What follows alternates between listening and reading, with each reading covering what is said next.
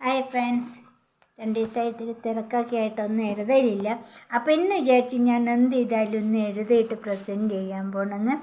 അപ്പം എന്നോടെല്ലാവരും പറയുന്നൊരു വാക്കുണ്ട്, നമുക്കൊക്കെ വയസ്സൊക്കെ ആയില്ലേ, നമ്മളൊക്കെ വയസ്സുകളായില്ലേ, അല്ലെ വയസ്സന്മാരായില്ലേ, ഇനിയിപ്പം നമ്മളെ അങ്ങനെയൊക്കെയുള്ള അവരവരെ തന്നെ അവരവർക്കൊരു കോൺഫിഡൻസ് ഇല്ലാത്ത കണ്ട് സംസാരിക്കുന്നത്. ചിലപ്പോൾ അവരുടെ മനസ്സിൽ നമ്മൾ ചെറുപ്പാണെന്നൊക്കെ ഉണ്ടാവും, ചിലപ്പോൾ വായ കൊണ്ട് അങ്ങനെ പറയുന്നതായിരിക്കാം, ചിലപ്പോൾ അതില്ലാതിരിക്കാം.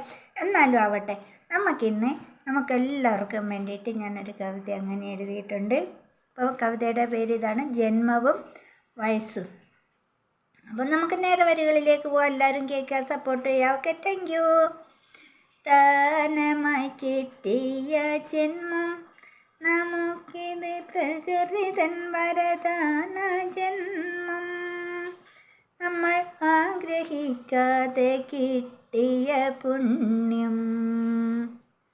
ദാനമായി കിട്ടിയ ജന്മം നമുക്കിത് പ്രകൃതിതൻ വരദാന ജന്മം, നമ്മൾ ആഗ്രഹിക്കാതെ കിട്ടിയ പുണ്യം. സന്തോഷിക്കുക മനുഷ്യ, നീ മനുഷ്യജന്മത്തിൻ പുണ്യമോർത്ത്. നാം പിറന്ന നാൾ മുതൽ ദിനങ്ങൾ പിന്നിട്ടകലുമ്പോൾ ഒരു വർഷത്തിൻ ദിനത്തിൽ വരച്ചിട്ടു നമ്മൾ വയസ്സെന്നൊരക്കം കുറിച്ചു വച്ചു. നമ്പരണേ, ഇത് വെറുമൊരു നമ്പരണേ, വയസ്സെന്ന മായിക അക്കമണേ.